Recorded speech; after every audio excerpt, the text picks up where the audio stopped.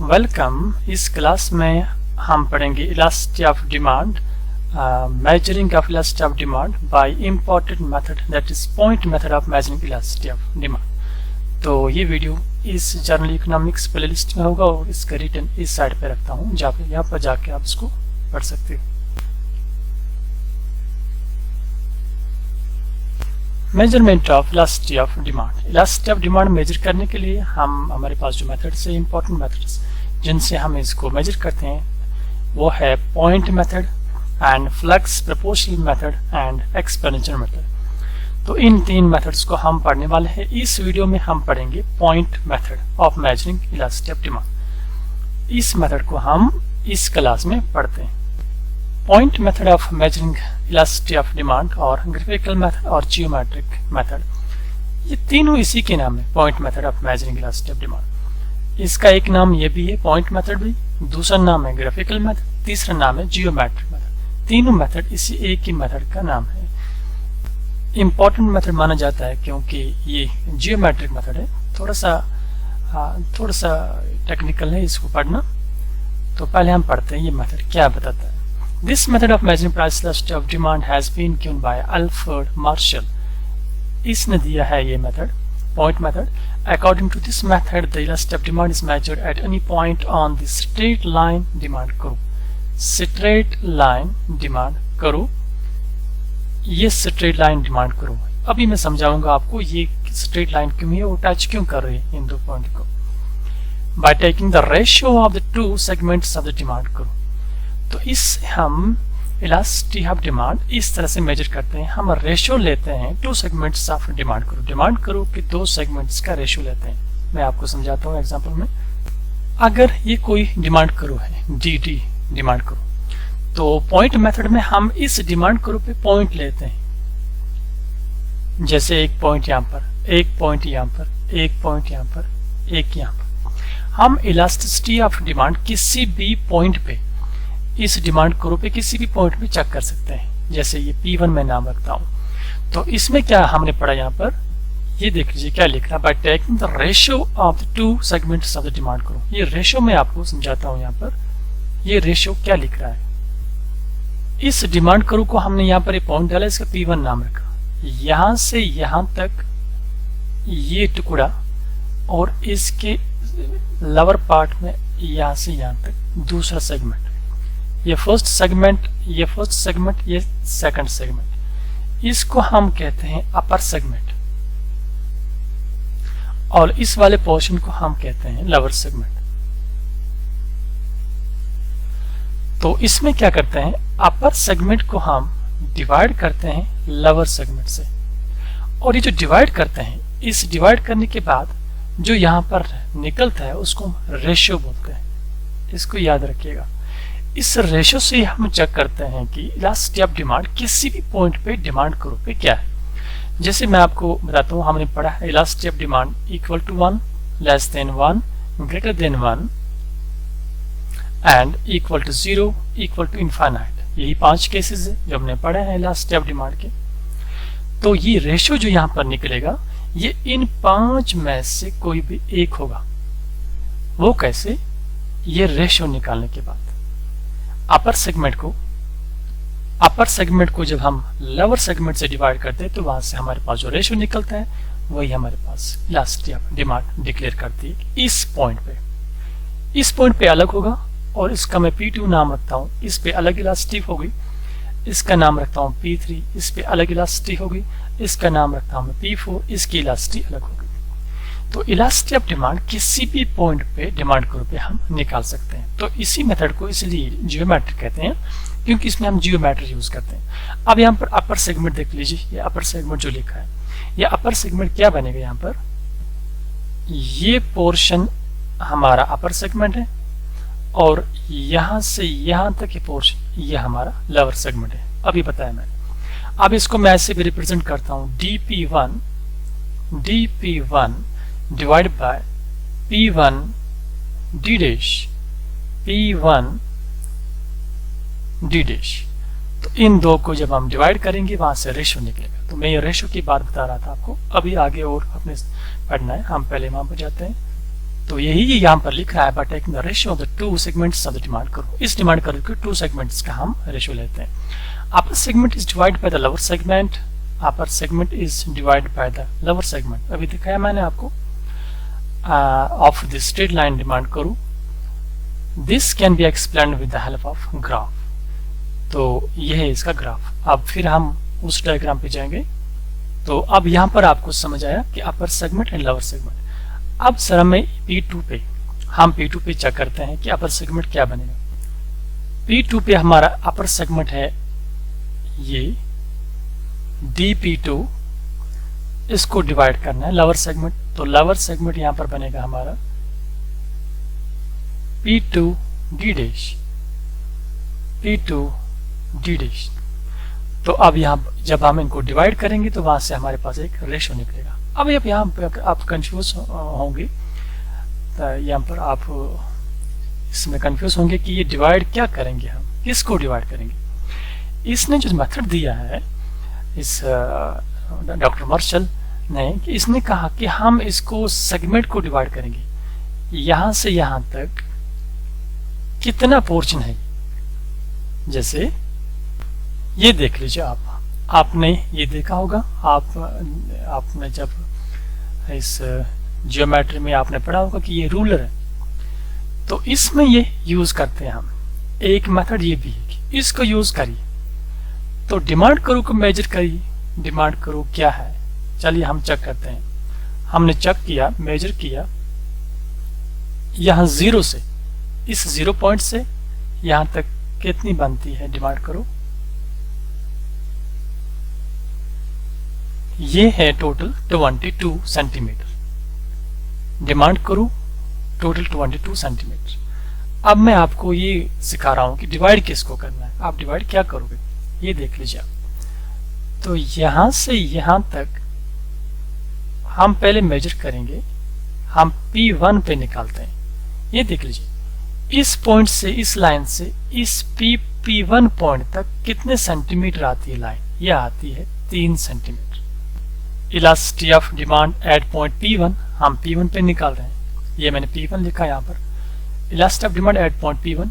Upper segment, upper segment जब हमने check किया वो है DP1, मैं लिखूंगा DP1, एंड लोअर सेगमेंट है इस P1 से नीचे यहां तक, लास्ट तक P1D dash, P1 and D dash.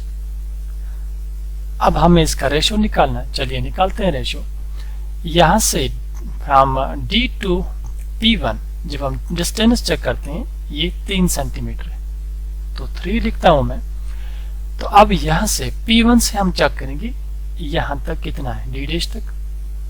ये देख लीजिए आप, P1 से D डैश तक टोटल 19 सेंटीमीटर है। ये 19 यहाँ पर लिखा है, ये 90 लाइन इसके साथ टच करती है, 19 सेंटीमीटर है। तो मैं लिखूंगा 19। अब इसको डिवाइड करिए कैलकुलेटर पे, ये निकला हमारा 0.15 या 0.1।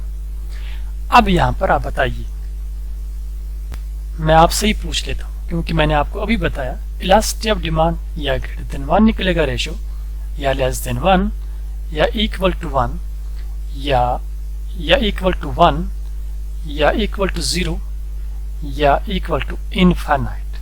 तो ये 5 केसेस पॉसिबल है इसमें। तो यहाँ पर जो इलास्टिसिटी ऑफ डिमांड हमारे पास निकली वो रेशियो निकला 0.1। ये 0.1 1 से बड़ा है या 1 से छोटा है। तो जो मैथमेटिक्स बैकग्राउंड नहीं तो उनको ये याद रखना पड़ेगा, 0 पॉइंट मीन्स ये 1 से छोटा है। 0 पॉइंट होगा 1 से छोटा, 1 पॉइंट होगा तो 1 से बड़ा है। तो ये 0.15 ये लेस देन 1। अब आप बताइए, जब elasticity of demand less than 1 निकलती है तो उस टाइम क्या हम बताते हैं कि हम लिखते हैं कि लेस इलास्टिक।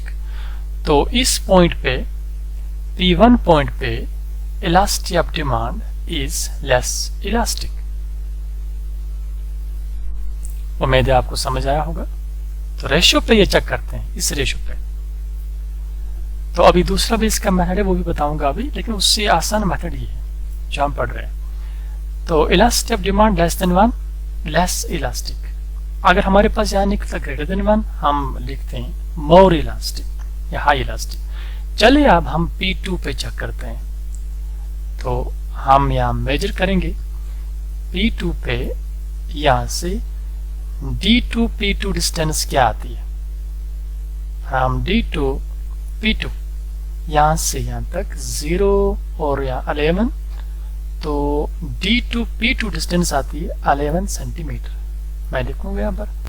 तो elasticity of demand eight point P2 ये बनेगा हमारा D P2 अपर सेगमेंट ही है, D P2 divide by P2 D dash, P2 D dash lower segment, यही बनता है इसका। तो आप इसको डिवाइड करिए, ये हमने चेक किया, ये निकला हमारा 11 सेंटीमीटर यहाँ से D P2 तक। आप P2 टू D चेक करेंगे, इसकी डिस्टेंस क्या है। चलिए मेजर करिए। मेजर 0 पे लेना है, जो 0 की लाइन है, उसके बाद ये पॉइंट चेक करना है। तो from P2 to D dash ये 11 सेंटीमीटर है। तो मैं लिखूंगा यहाँ पर 11 डिवाइड बाय 11। चलिए करिए इसको डिवाइड। तो 11 1 is 11, 11 1 is 11, 1 divide by 1 that is equal to 1। तो यहाँ पर जो रेशियो निकला वो निकला 1। अब जब 1 निकलेगा तो उस टाइम हम क्या लिखते हैं, उस टाइम हम लिखते हैं कि इक्वल इलास्टिक, या इसका दूसरा नाम है मॉडरेट इलास्टिक। तो at point P2 elasticity of demand is moderate, ये मॉडरेट इलास्टिक है। उम्मीद है आपको समझ आया होगा। अब P3 पे चेक करिए, P3 पे। तो P3 पे इस तरह से अब हम मेजर करेंगे D2 P3। तो P3 पॉइंट पे देख लीजिए, D2 P3, D से लेकर P3 तक क्या बनती है 17.5, 17 और छोटी लाइन जो बीच में आती है 0.5, बड़ी लाइन 17 और 18 के बीच में जो बड़ी लाइन आती है 0.5 आता है, 17.5 इस तरह से 18. तो यहाँ पर ये बनता है 17.5. मैं लिखूंगा अपर सेगमेंट हमारा 17.5 है. तो 17.5 क्या निकला हमारा, ये निकला हमारा P3. अब हम P3 to D dash check करते हैं क्या निकलेगा इसके डिस्टेंस. ये 5 सेंटीमीटर है. तो करिए इसको डिवाइड, 5 से डिवाइड करना है, 17.5 को 5 से डिवाइड करना है, विच इज इक्वल टू 3.5. अब आपसे मैं पूछ लेता हूँ ये 3.5 क्या है, 1 से बड़ा है 1 से छोटा, ये 1 से बड़ा है. That is elasticity of demand eight point P3 is more elastic, या हाई इलास्टिक भी कह सकते हैं, हाई इलास्टिक, क्योंकि इस पॉइंट पे elasticity of demand is greater than 1, high elastic है. तो इस तरह से हमने 3 पॉइंट्स पे इलास्टिसिटी ऑफ डिमांड चेक की. उम्मीद है आपको समझ आया होगा. एक पॉइंट पे निकला less than 1, less elastic, and then equal elastic, and at point P3 the elasticity of demand is high elastic. अब यहाँ पर और एक चीज मैं दिखाता हूं आपको, इसको भी याद रखिएगा. अब P3 से हम यहाँ पर लाइन डाल देते हैं और P2 से भी लाइन डालेंगे इधर. अब यहाँ पर आप चेक करिए इस पे लेस इलास्टिक क्यों है, ये देख लीजिए. प्राइस तो OY साइड में प्राइस में इतनी चेंज हुई, बहुत बड़ी चेंज हुई, और डिमांड में छोटी चेंज आई. यही वजह है कि P1 पॉइंट पे लेस इलास्टिक. अब चलिए P2 पे हम डाल देते हैं लाइन. P2 पे चेक करेंगे,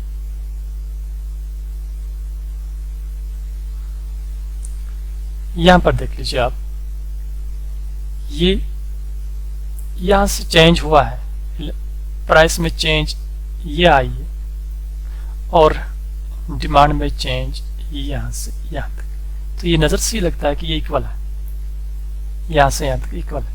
उतनी चेंज प्राइस में भी और उतनी ही चेंज डिमांड में भी। अब इसी तरह से आप P3 पे चेक करिए, तो ये देख लीजिए आप, यहाँ से यहाँ तक छोटी चेंज प्राइस में, कम चेंज है। O to, इसका मैं M नाम रखता हूँ, O to M। देखिए जी डिमांड में कितनी चेंज आई, O to ये, O to N रखता हूँ मैं इसका नाम। डिमांड में बड़ी चेंज और प्राइस में छोटी चेंज, तो इसको हम कहते हैं कि हाई इलास्टिक। तो ये मैंने डिटेल में आपको समझाया कि point method of measuring elasticity of demand क्या है और कितना आसान है, लेकिन पढ़ाने वालों ने कितना इसको मुश्किल बना दिया है। ये बहुत इजी है। अब इसका दूसरा मेथड हम देख लेते हैं, वो भी दिखाऊंगा मैं आपको।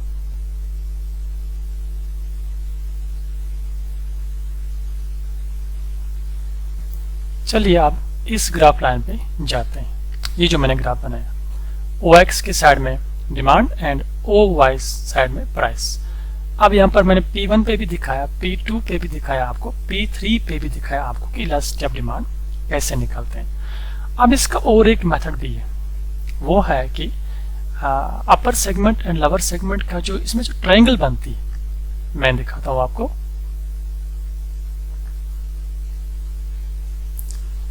ये देख लीजिए आप, दूसरा मेथड जो है इसका ये रेशियो निकालने के लिए, वो है कि अपर सेगमेंट की जो ट्रायंगल है, ये देख लीजिए एक ट्रायंगल, राइट ट्रायंगल बनती है।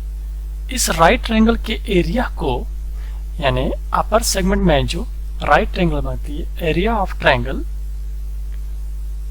AP1D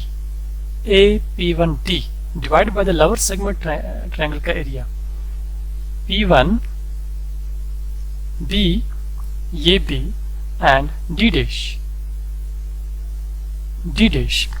तो इस ट्रायंगल के एरिया को इस ट्रायंगल के एरिया से डिवाइड करिए। जो वहां पर रेशियो निकलेगा, वो रेशियो उसी पे हम डिसाइड करते हैं कि P1 पॉइंट पे इलास्टिसिटी ऑफ डिमांड क्या है। उम्मीद है आपको समझ आया होगा। एरिया भी निकालते हैं। अब ये एरिया कैसे निकालते हैं, सेम उसी तरह से हम मेजर करते हैं कि A to D इसका क्या है। अगर आपका निकलेगा ये A to D, एरिया आपका निकलेगा 2 सेंटीमीटर, और A to P1 आपका निकलेगा 3 सेंटीमीटर। तो इस ट्रायंगल का जो एरिया निकालने के लिए फार्मूला है वो है 1/2 बेस इंटू आल्टीट्यूड। तो 1/2 बेस ये बनता है AP1 is 3 into altitude is 2 which is equal to, अब इसको मल्टीप्लाई करिए, 3 2s are 6 डिवाइड में है 2, इसको फिर से डिवाइड करिए, which is equal to 2 1s are 2 2 3s are 6। तो इस ट्रायंगल का एरिया AP1D का एरिया 3 निकला। मीटर सेंटीमीटर कुछ भी हो सकता है, अब 3 हम लिखते हैं। इसी तरह से अब एरिया ऑफ ट्रायंगल P1BD इसको मेजर करना है। P1B को सपोज ये आपके पास है 8 सेंटीमीटर मेजर किया, और इसके ये BD डैश हमारे पास है 11 सेंटीमीटर। तो इसी तरह से इसका एरिया निकालना है 1/2 बेस इंटू आल्टीट्यूड, 8 को मल्टीप्लाई करिए 11 से, 88 डिवाइड बाई 2 44। तो अब यहाँ पर इन दो एरियाज को आपस में डिवाइड करिए। इस ट्रायंगल के एरिया को इस ट्रायंगल के एरिया से डिवाइड करिए। तो इस ट्रायंगल का एरिया 3 है और उस ट्रायंगल का एरिया है 44। तो जब आप इसको डिवाइड करोगे, ये देख लीजिए, छोटी रकम को बड़ी से हम डिवाइड करते हैं, ये 0 पॉइंट कुछ निकलेगा। ये निकला हमारा 0.06। तो 0.06 विच इज लेस देन 1। तो इस पॉइंट पे P1 पे हम डिक्लेयर करते हैं कि इस पॉइंट पे elasticity of demand is less elastic. तो उम्मीद है आपको समझ आया होगा कि एरिया ऑफ ट्रायंगल से भी हम डिवाइड करते हैं, उससे भी हम निकाल सकते हैं कि किसी भी पॉइंट पे इलास्टिसिटी ऑफ डिमांड क्या है। मैंने 3 ही पॉइंट्स डाले हैं इस पे, आप इस पे 4-5 जो भी पॉइंट आपको मर्जी है आप डाल सकते हो इस डिमांड कर्व पे। अब मैं P2 पे आपको दिखाता हूँ। अब यहाँ पर देख लीजिए P2 पे हमारी पहली ट्रायंगल कौन बनती है, D, यहाँ पर मैं नाम रखूंगा C। अब देख लीजिए यहाँ पर P2 पे जो 2 ट्रायंगल्स बनती है वो है D, C एंड P2। दूसरी ट्रायंगल है P2, D and D dash, इसका नाम हम P भी रख सकते हैं। चलो P रखते हैं क्योंकि यहाँ पर D ऑलरेडी लिखा है, DD हमारी डिमांड करो। अब यहाँ पर आप देख लो, मैंने अभी आपको वहां पर समझाया कि P2 पे elasticity of demand equal to 1 है। आप नजर से ही देख सकते हो कि P2 पे यह अपर जो ट्रायंगल है, तो जब आप निकालोगे area of triangle DCP2, DCP2, इसको डिवाइड करोगे area of triangle lower that is P2, P2P and D dash, आप गौर से देख लेना ये दोनों एरियाज इक्वल निकलेंगे, तो elasticity of demand will be equal to 1। तो इस तरह से हम elasticity of demand area of triangle से भी डिसाइड करते हैं। उम्मीद है आपको समझ आया होगा। अगर फिर भी कहीं कंफ्यूजन हो तो कमेंट में लिखें, मैं कोशिश करूंगा आपको आपकी कंफ्यूजन दूर करने का। तो इस तरह से हमने देख लिया कि elasticity of demand eight point P1 is upper segment that is dP1 divided by P1 D dash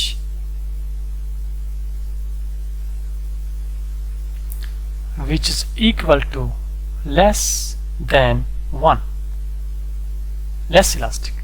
मैंने समझाया आपको। तो अब P2 पे elasticity of demand at point P2 is dP2, ये है dP2 and P2D dash divided by P2D dash which is equal to 1, that is moderate elastic। Elasticity of demand at point P3, upper segment divided by lower segment, that is dP3 dP3 divided by P3D, lower segment है ये P3D dash which is equal to greater than 1, जो हमने निकाला। तो इस point पे P3 point पे elasticity of demand high elastic है। तो अब आप अगर आपके पास कोई भी क्वेश्चन ऐसे आएगा, ऐसे कोई क्वेश्चन आएगा, आप बताइए elasticity of demand eight point P1 क्या है, आप इजीली कर सकते हो। कोई भी पॉइंट हम डाल सकते हैं एट पॉइंट, यहाँ पर रखता नाम है P2 क्या है निकाल सकते हैं, और यहाँ पर P3 क्या है, P3 पॉइंट पे इलास्टिसिटी ऑफ डिमांड क्या है। तो इसमें सबसे मुश्किल जो बताना है वो सिर्फ इक्वल इलास्टिक, जहाँ पर बीच में जो पॉइंट होगा, तो इस पे आप बता सकते हो। आप इस पे इस तरह से चेक करके इजीली दिखा सकते हो कि डिमांड कम चेंज हुई है, प्राइस बहुत चेंज हुआ तो लेस इलास्टिक, कम इलास्टिक। तो जब नीचे वाला P2 पॉइंट पे होगा ऐसे, प्राइस कम चेंज हुआ, डिमांड बहुत चेंज हुई है तो मोर इलास्टिक। तो ये ऑब्जेक्टिव में पूछे जाते हैं क्वेश्चंस। अब यहाँ पर एक और पॉइंट बनता है कि ये डिमांड कर्व मैंने बताया आपको, ये इसके साथ टच क्यों कर रही है, एक्स एक्सिस के साथ, यहाँ पर इसके साथ टच क्यों किया। आपको पता होगा जब किसी भी चीज का प्राइस बढ़ाते जाते हैं, बढ़ाते जाएंगे जैसे 40-50, तो उसकी डिमांड कम होती जाएगी, 5, फिर 4, फिर हो जाएगी 3, और बढ़ाएंगे प्राइस यहाँ से 100।